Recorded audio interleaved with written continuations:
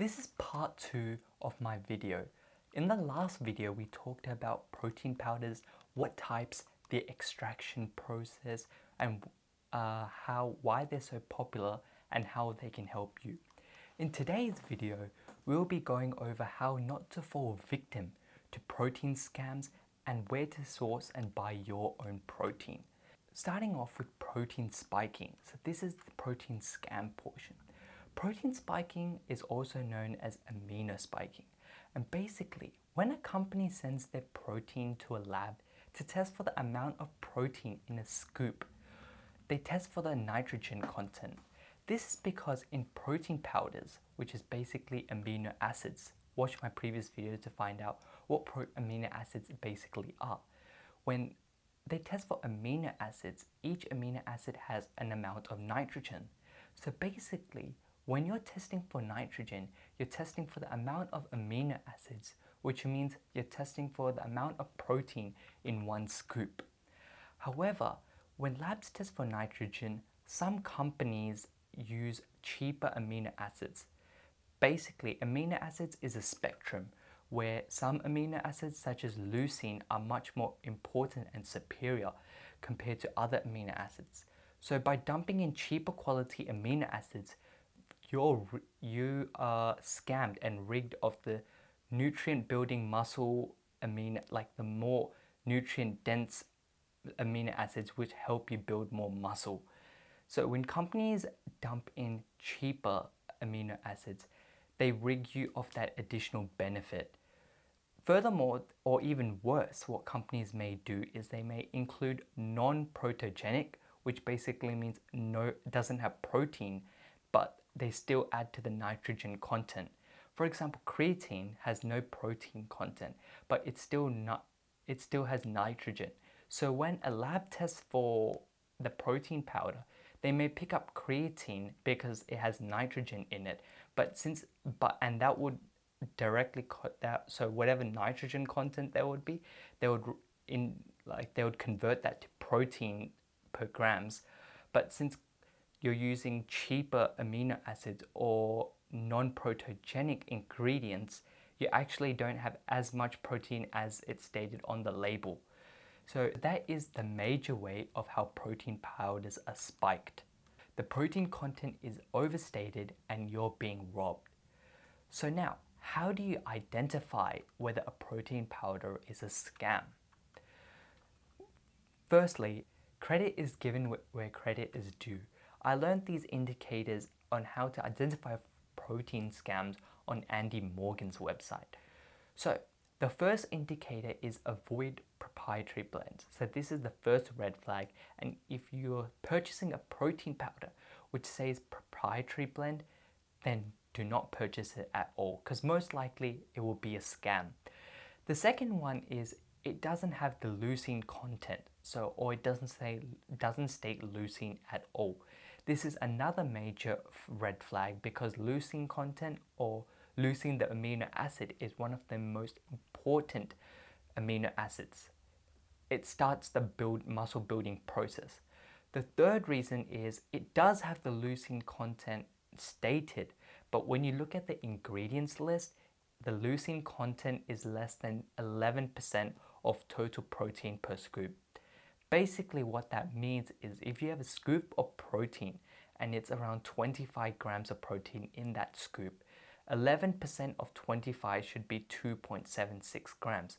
So in that same scoop of 25 grams of protein, the leucine content should be at least 2.76 grams.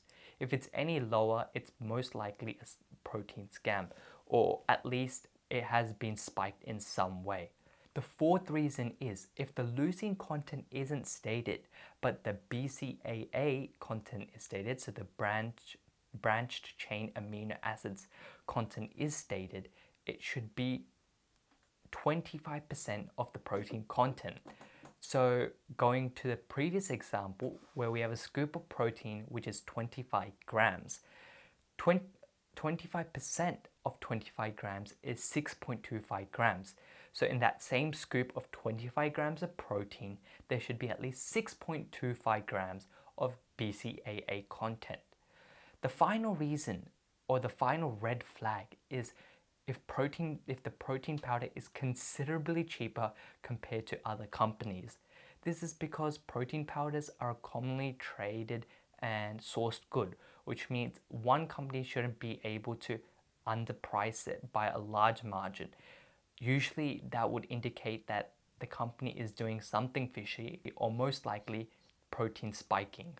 So now, moving on to some examples on how to putting these into practice and how to identify whether a protein powder has been spiked or not. Okay, so the first example we're going to go through is this one over here. So if this is a protein powder by Bulk Nutrients, and if you look at the top section over here, it's a typical whey protein isolate amino acid profile.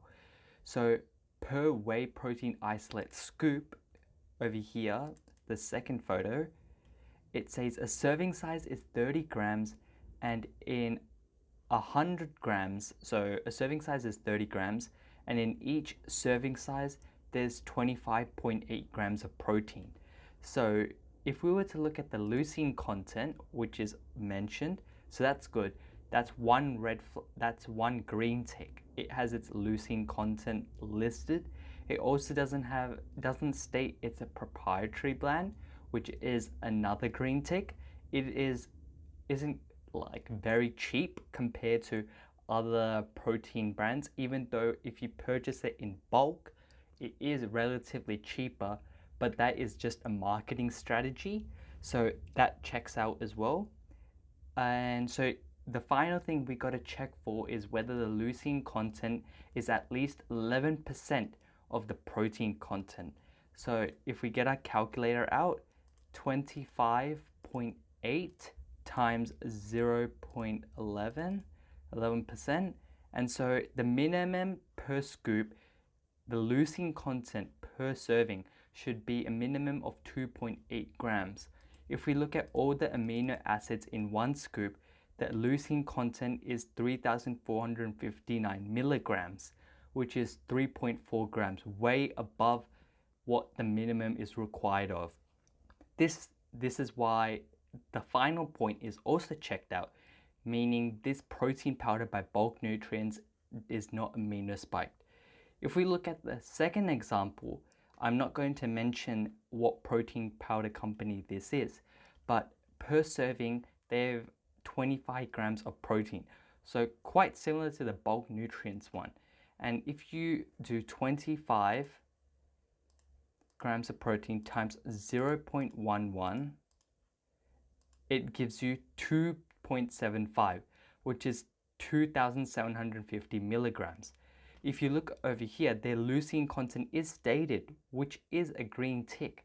However, the leucine content is less than 11%, which means unfortunately, it isn't guaranteed whether this protein powder is spiked, but it is better off opting for other options such as Bulk Nutrients. Where to purchase your protein powder?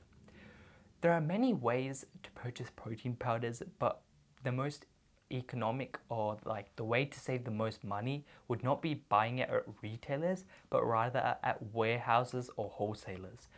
Usually, since you don't have to pay the retail price, you're already buying it for much cheaper, and if you can get it on a discount, that would be even better. Just because you're purchasing it at a wholesaler or retailer does not mean that all those protein powders have spike free, or like they haven't been spiked. Make sure to use the 5 indicators in this video and go through each protein powder before purchasing it. A couple examples in Australia are VPA and Bulk Nutrients. I'm pretty sure they're 2 online stores, so they don't have physical stores, but both of the company's protein powders check out and they haven't been spiked. Another option for international people, so people living in America or UK who don't have access to VPA or Bulk Nutrients, is MyProtein. MyProtein Impact Whey stacks up to the criteria, so it hasn't been spiked.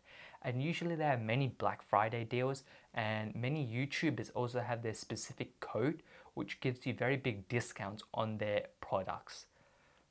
This way you can save a lot of money and purchase protein powder for much cheaper than what you would have to actually pay for. What protein powders are not? Many people think protein powders are super formulas or steroids.